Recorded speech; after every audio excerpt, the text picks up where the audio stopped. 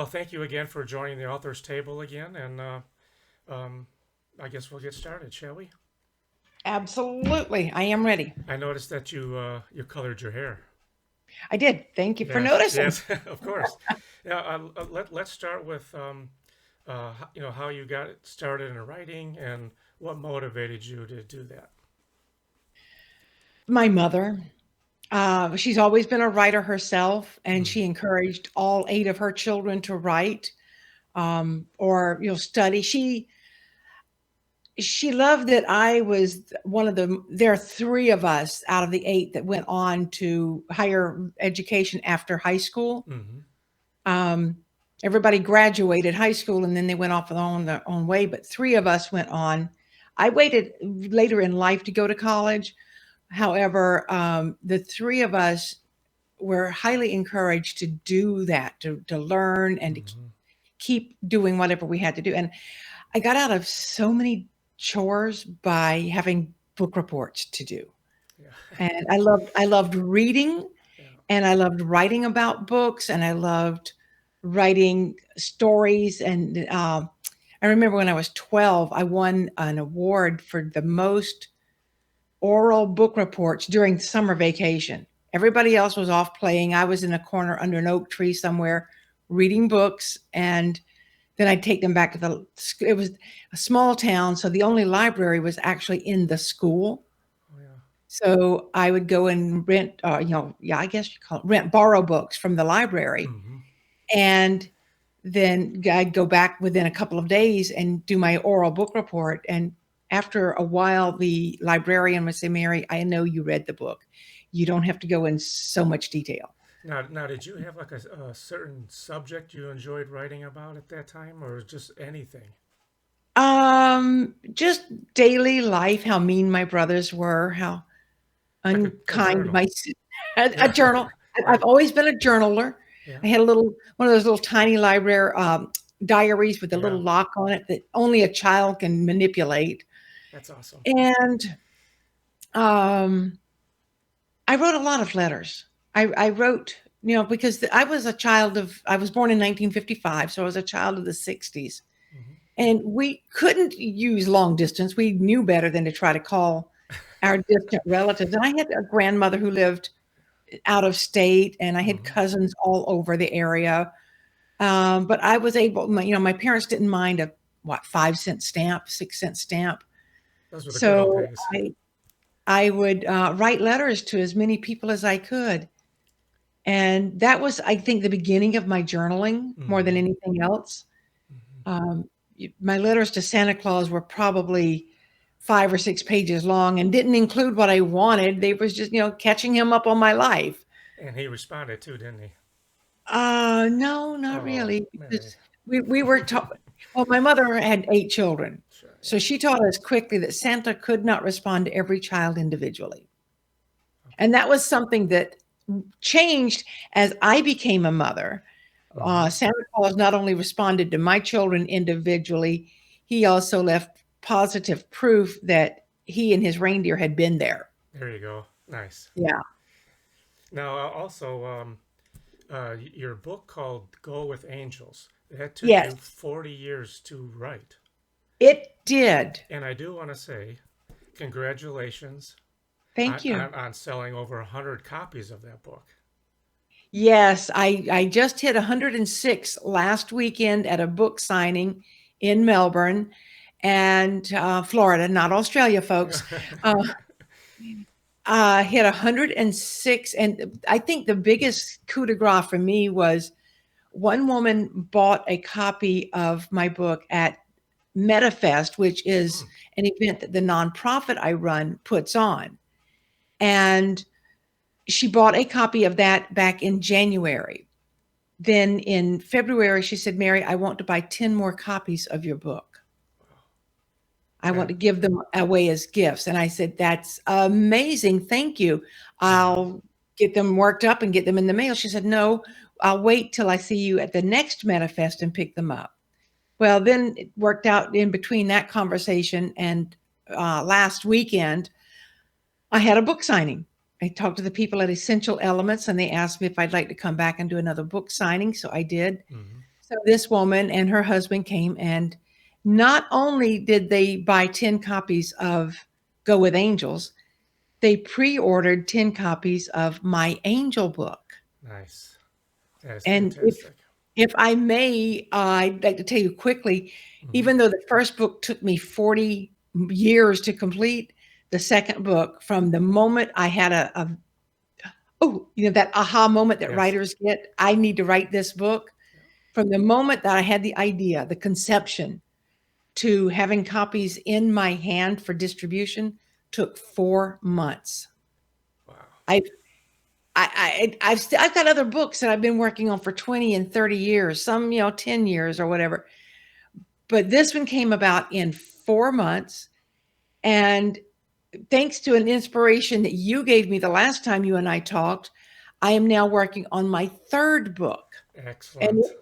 it is also going to Yeah. be about angels. It's going to be more like a guided meditation journal. Oh, So every page will have a little meditation type, inspirational, whatever, and a writing prompt. good for you. And then That's there will be awesome. space to write in the book so that people can have something to work on for themselves. Oh, that is fantastic. That's I think a lot of my books is sort of that way, where it's educational, it's informative, and it's sort of you can connect to, you can sort of do like a um, you're actually grabbing the reader, not just reading, but you're making them get involved, and I think that's so important. Well, it's funny you say that, because the same woman who challenged me to finish my first book, I mean, it is a true story about encounters with what I call angels and others. Mm-hmm. Um, I I hear dead people sometimes, a lot of times. I'm not a psychic per se. I can't sit here and say, "Oh, Brad, your grandfather's coming in. He wants to give you this message." I don't do that. I just have knowledge of things. But I have had two psychics tell me, "Your grandma's here," or "The angels are saying you need to finish your book," or "The spirits are here," or whatever, and they say to finish your book. Um, Now, do you believe that's a gift that you have? Oh, definitely. Absolutely. And that's how Mm-hmm. the children's book came about, the one I call My Angel Book. Mm-hmm. It came about because I was talking with my niece about my first book, which are memoirs. They are true, actual encounters of things where either me or either of my sons had what I would consider a near death experience. There were times that they were in car accidents, and the highway patrolman would say he should have been dead. Mm. I've seen people die in less serious accidents. So those are the stories that I wrote about. There's at least one story that was told to me by a dear friend, and she gave me the details, and she approved the story the way I wrote it. So it's her story, but it's in my book, where she fell and broke four bones in her feet, two in each foot, Oh my and gosh. was almost hit by a truck. And she knows that she was saved by someone. Mm-hmm. In her, what she experienced was two people, a woman named Rachel and a man she said was glistening and one of the most beautiful humans she'd ever seen, lifted her and carried her 3 blocks to where her car was waiting. Her husband was waiting in a car. And another woman who picked up her purse and whatever she was shopping for and carried it with her. When she got to the car, she turned to say thank you. And she looked at the woman with the purse and said, "Where are the other two?" Mm. She told her husband, "Get her to the hospital now. She's had a bad fall. She's delirious. There's never been anybody here but me." Mm. And Jennifer said she knows there were two people there. She didn't imagine it. And the woman even said, "I don't know how she walked this far." She didn't walk, she was carried, she was assisted. So those are the stories that are in Go with Angels. Mm-hmm. And I was talking to my niece. She wanted to buy a second book for her 3-year-old granddaughter, because the granddaughter had kind of snagged grandma's book and said, "It's my angel book. It's my angel book." And grandma started reading the stories to her. And I think that the child wanted it because of the cover.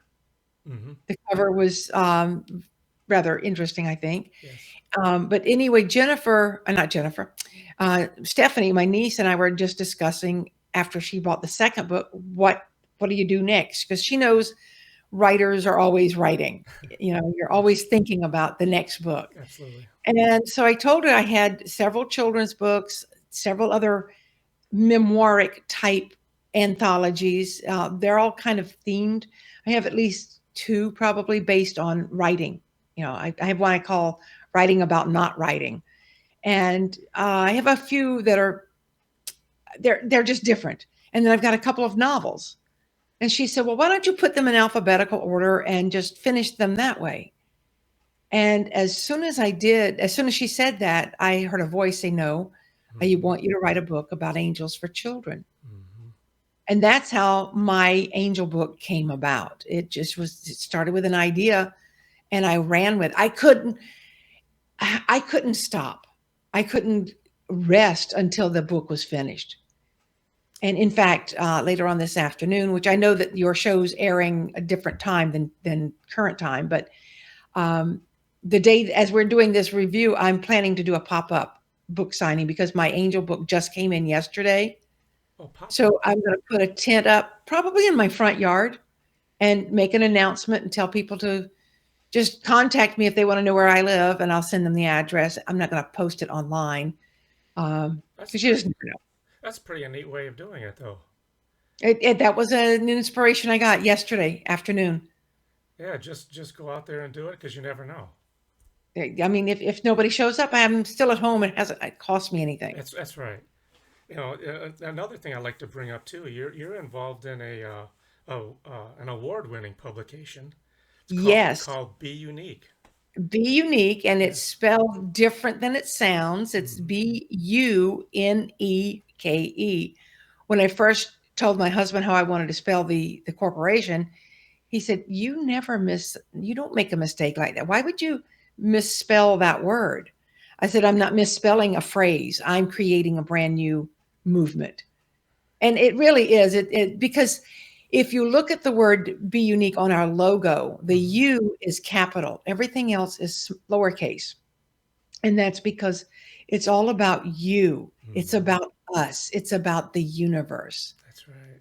And when my colleague Jennifer and I were coming up with the idea, we just knew we wanted to do a magazine. We wanted to create a literary magazine that was filled with art and good stories and positivity. And we wanted to give back. At that point, we thought we were going to make a for profit business.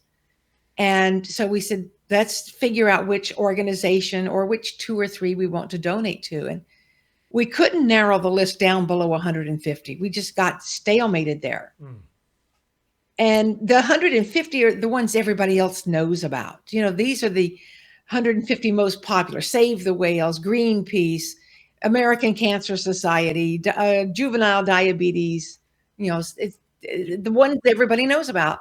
And we thought about it and we said, why don't we do something for these organizations that nobody knows about, that are hidden and obscure? And so we did. We created, well, first we decided to become a nonprofit, not for profit is Hmm. a better accurate way of saying it. We're not against profit. We're just not, that's not our main goal. Our main goal is to focus on other charities. And in fact, we've we've got a digital magazine, it's an audio magazine, and it is print on demand.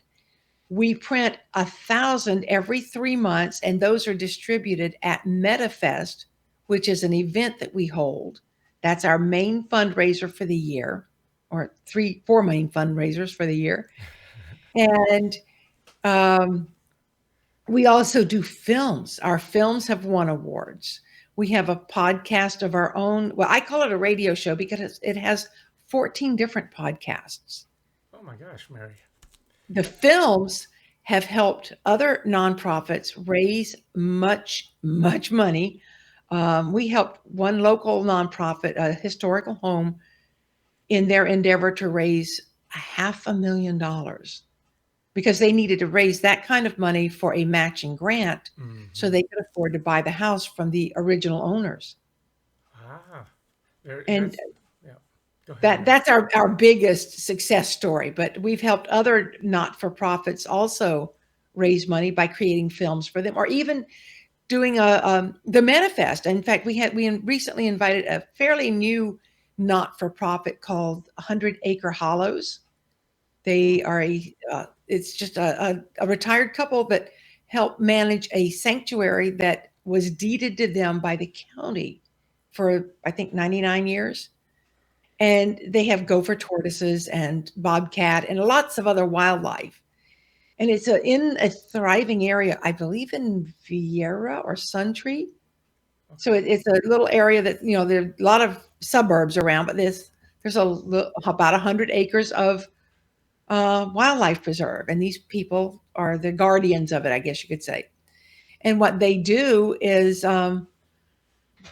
just they try to educate people on the importance of keeping green space alive. And they came to Metafest in January, Mm-hmm. and somebody was so enthralled with what they had done that he donated $50 on the spot. But they wouldn't have known about that if they hadn't been at Metafest, and That's that right. wouldn't have happened if it hadn't been for Be Unique. So it's all a connect the dot kind of thing. Oh, absolutely. That is it. I mean, that's just And excellent. Yeah. I also make a point to donate from the sale of each of my books back to Metafest. Not Metafest, but to Be Unique. Sure. Oh, that is fantastic, Mary. I didn't know that you were actually doing all that as well. I think that's awesome. And I'm also illustrating another woman's children's book. She's a dear friend of mine, and she saw the debut. I got a galley, a proof copy of my angel book for children. And when she saw that, she said, I want to hire you to do my children's illustrations. See And how I'm like, see how I'll do doors it open. because, Yes. yes, I mean, it's awesome. I think that's just that's the way to do it. You know, you're doing something from the heart, and and absolutely. and doors just open. Yeah. You're absolutely right about that. And it's really funny because once I published my first book after Mm-hmm. 40 years and probably 40,000 prompts from a variety of people, I I can't stop thinking about more books and more books and more books. And when can I get the next one out? And I wanted to segue back to when I said that I was prompted to write this book, but a woman challenged me Hmm. because she knew that I had about 20 different books in various stages of completion. And she said, Mary, why haven't you published your first book? And I said, oh, well, I've got so many. And I gave her all these excuses. She said, I don't want to hear that. I Mm-hmm. think you haven't published it because you're afraid. I said, what on earth would I be afraid of? Rejection. I said, oh, I've had that. I've been rejected so many times because I tried the traditional route of publishing. I tried to find an agent. I tried to find a publisher who wanted to work with me. None of them. Yeah, Mm-hmm. I I think I was rejected about 200 times, and when I finally said, okay, I'm just going to do it myself. Mm-hmm. That's right. And then you go through all this, and this is one of what I call a writer's self sabotage. You can over research. And in fact, a Mm-hmm. different interviewer once gave me the inspiration, and I'm working on this on the side also to create. It's probably going to be a very small book, but my journey into self publishing to There you go. explain some of the pitfalls. Most people don't realize if you're working with traditional publishers and traditional agents, you've written the book. That's the hard work. That's Well, right. actually, for me, I think that's the easy work. The hard work, and this is something I've been hired to do for other writers, is writing the synopsis. You know your book, but sometimes it's hard to be objective To put it in and words. tell about your book Yeah. so that other people will want to read it. That's right. But you have to write a synopsis. You have to write a proposal, which can, depending on the person asking, can be 3 to 10 to more pages. You have to then submit according to their guidelines, whether it's the Mm-hmm. first 5 lines or the first 5 chapters or somewhere in between there. That's I right. think I had one agent ask me for 10 chapters. And you have to also create a marketing plan. And my thought was, well, if I've got to create a marketing plan, why don't I just do that? Why do I need to give you my marketing plan for you to tell me, well, okay, go and do this, or this is good, implement it. Yeah, you're putting down the groundwork for yourself. Right. Exactly. And a lot of new writers especially don't understand that waiting for somebody else to pick you up is a great movie for television. When Yeah. people are going to get into a bidding war over my novel. Want to bet? Mm-hmm. That's right. I mean, it does happen. It is very, very rare. I will probably be on your next show riding a unicorn before that happens. Well, hopefully before that, right?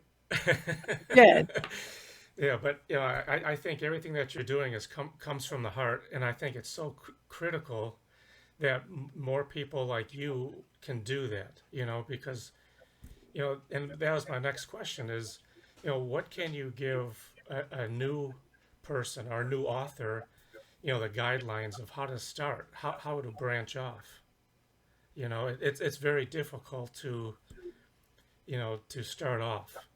So what is your, you know, Well, if I had to give advice to any new writer, it would be not to let anybody influence your voice, but also make sure that whatever you're writing, whether it's a novel or a true story or a screenplay or even a children's book, have it professionally edited. And I don't necessarily mean you have to go out and spend thousands of dollars on an editor.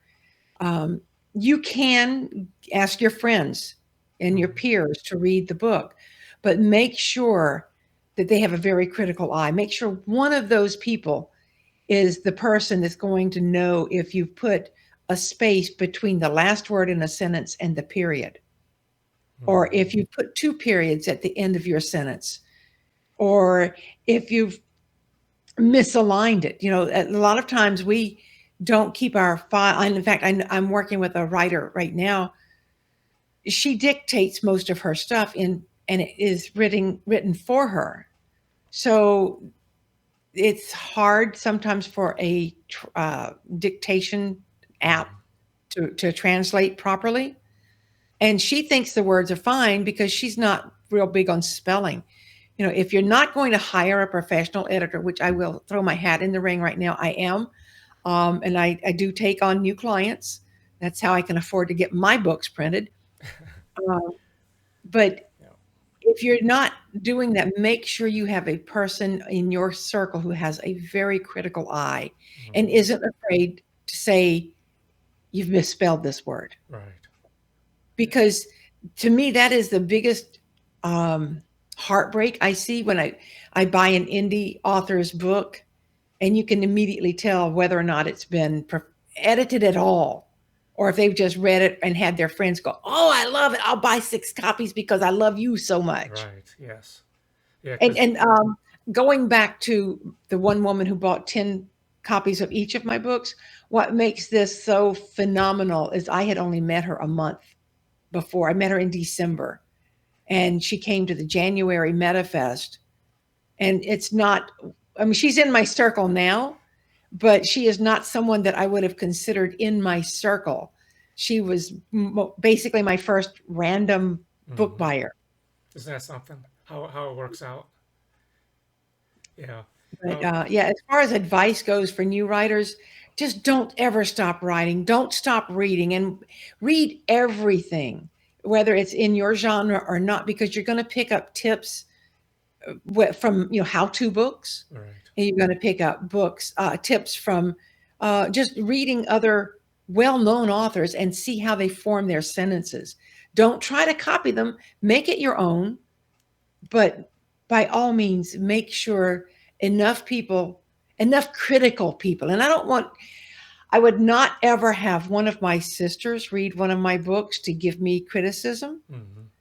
because they would criticize my voice, not my style. Mhm. However, I would give it to my oldest brother because he was an editor of his high school newspaper, and he's kept that in his mind ever since. He used to edit our older sister's letters when he was in Vietnam. Oh.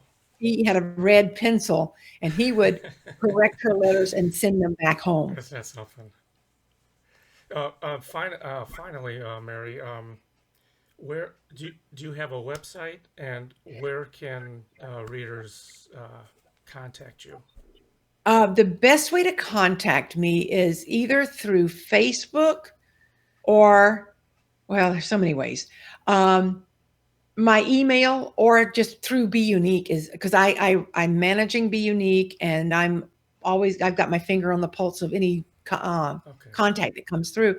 My husband and I are working on getting my website up and running.